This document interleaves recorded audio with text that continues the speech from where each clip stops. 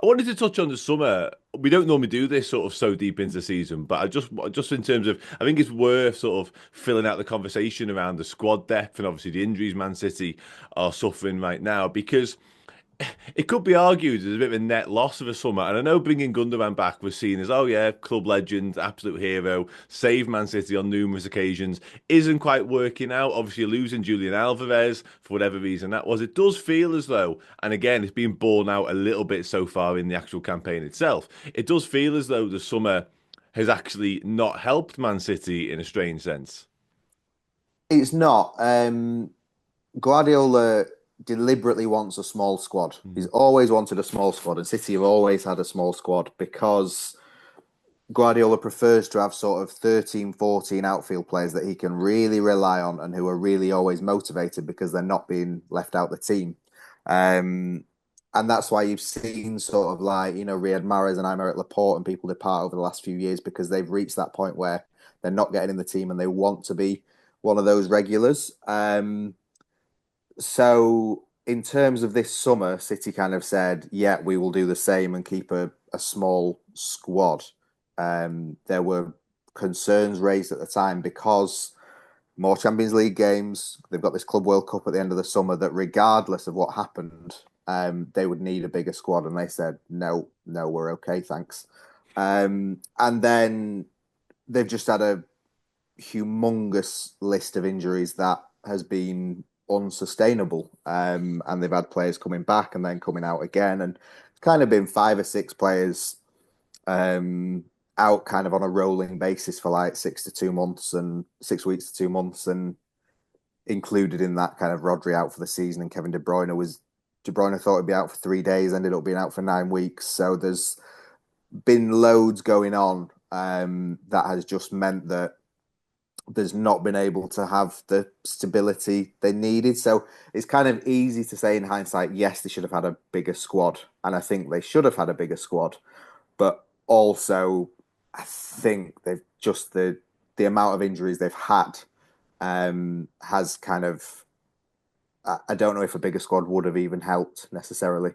Yeah, no, it's a fair point. And again, like obviously that's what Pep Guardiola wants, and his track record suggests that what he wants tends to be right more often than not. So yeah, it just so happens again in this instance, the injuries have piled up, and you've had players I think playing who aren't particularly ready to play, and they aren't necessarily fit. So yeah, it's a never-ending cycle, really. And we'll touch on the injuries now heading into this one, of course. You mentioned Rodri there, obviously out for the season. I know he wants to get back for that Club World Cup. Remains to be seen if that's possible. Oscar Bob is the other long-term one. In terms of sort of shorter term, potentially missing this or at least doubtful for this, I think Mateo Kovacic, Jeremy Doku, John Stones are all in that conversation.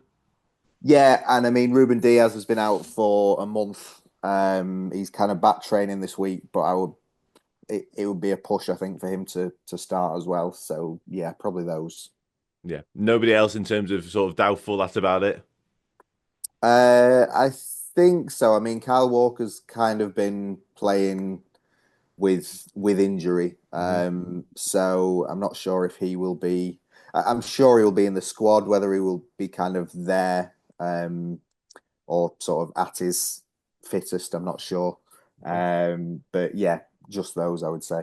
Okay, interesting. Yeah, in terms of sort of how Pep lines up, then in terms of what his approach will be to the game, I guess in many ways, because it's maybe not quite in the realms of must win, but it's certainly getting there. I think it's fair to say he's clearly going to want to pick up 3 points if he possibly can. But how does he go about that with the players and the absentees that he has? He's used Rico Lewis in a variety of different ways. He's used Akanji, Nathan Ake in different ways, trying to find a solution. How do you think he goes about this one?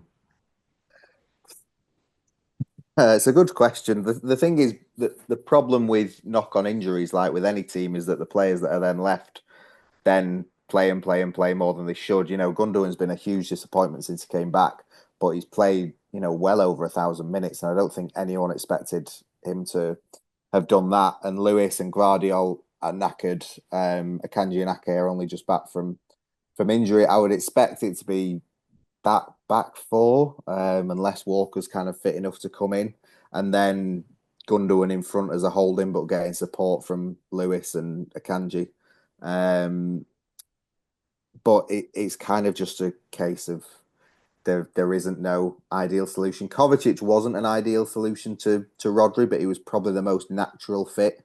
So it was kind of a significant blow him coming back injured from international duty. So I think Bernardo Silva will also kind of drop back and help out. He's kind of done that before at Anfield and against Liverpool. So I think it's going to be a case of sort of as many players who can help out doing it.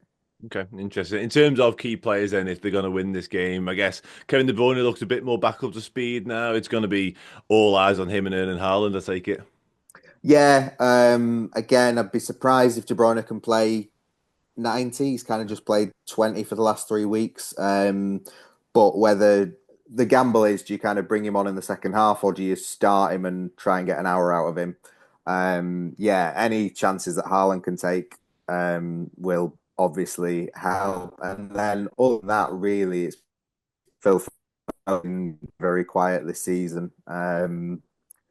Had a few issues, but he's just not quite found his radar that he had last season. But if he can find last season's form, then he might be able to cause a bit of a surprise. Yeah, there'd be no better time to do it from a Man City point of view, would there? Put it that way, anyway. Yeah.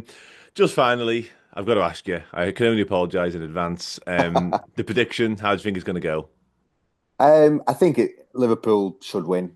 I think you talk about sort of thinking City might get a boost from Feyenoord. I suppose the feeling from outside Liverpool has been that they've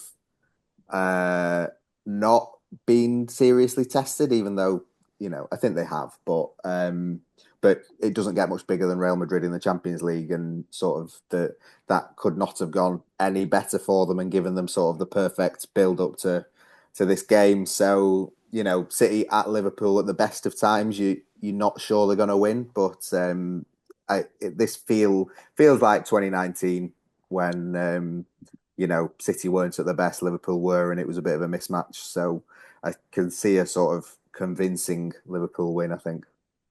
Not going to argue with that, Simon. I'm not going to argue with that. I'm not going to comment on it either, by the way. But I'm not going to argue with it at the same Yeah. time. Top man, Simon. Thank you so much for your time. Let people know where they can find you on Twitter and your work and all that stuff, buddy. Yeah, I'm at SP Bajko, Bajko on Twitter and potentially Blue Sky. I can't remember. One of those, but yeah, Yeah. I'm sure Liverpool fans will be flocking to follow me. Oh, obviously, we're a good bunch here. We're not like some. Yeah. We're a good bunch. If you want to find out what is going on with Man City, up to the game, and of course, post it. Make sure you check out Simon. Once again, mate, honestly, massively appreciated. Thank you so much. Everybody else, thanks for watching. Thanks for listening. Take care. I'll see you soon.